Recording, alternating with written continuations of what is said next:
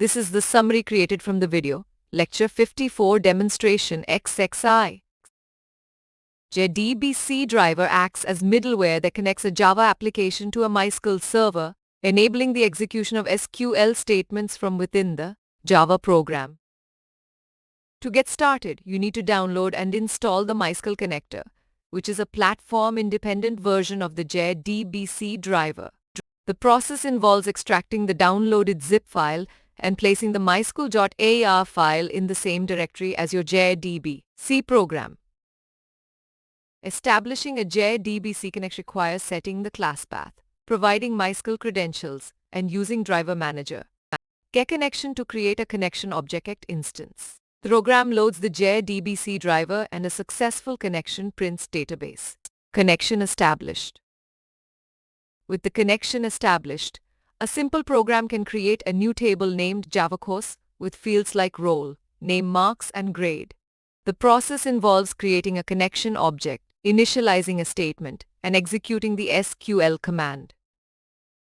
Once the table is created, records can be inserted using SQL insert statements executed through the statement object. The program demonstrates the syntax and successful insertion of multiple records into the Java course table.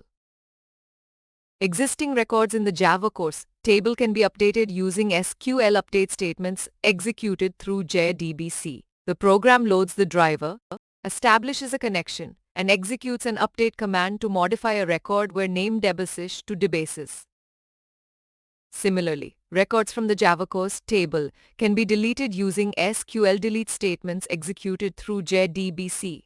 The program demonstrates deleting records where marks are less than 66, effectively removing entries with low marks. JDBC allows executing multiple SQL statements in a single Java program. The demonstration shows one statement deleting an existing record, followed by another statement inserting a new record with roll number 12, name Amit, and marks 85.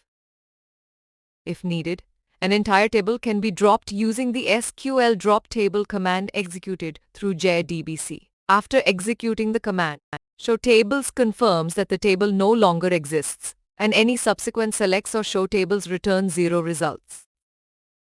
JDBC also enables accessing remote SQL servers by specifying the protocol resource name and port number in the URL used for establishing the connection.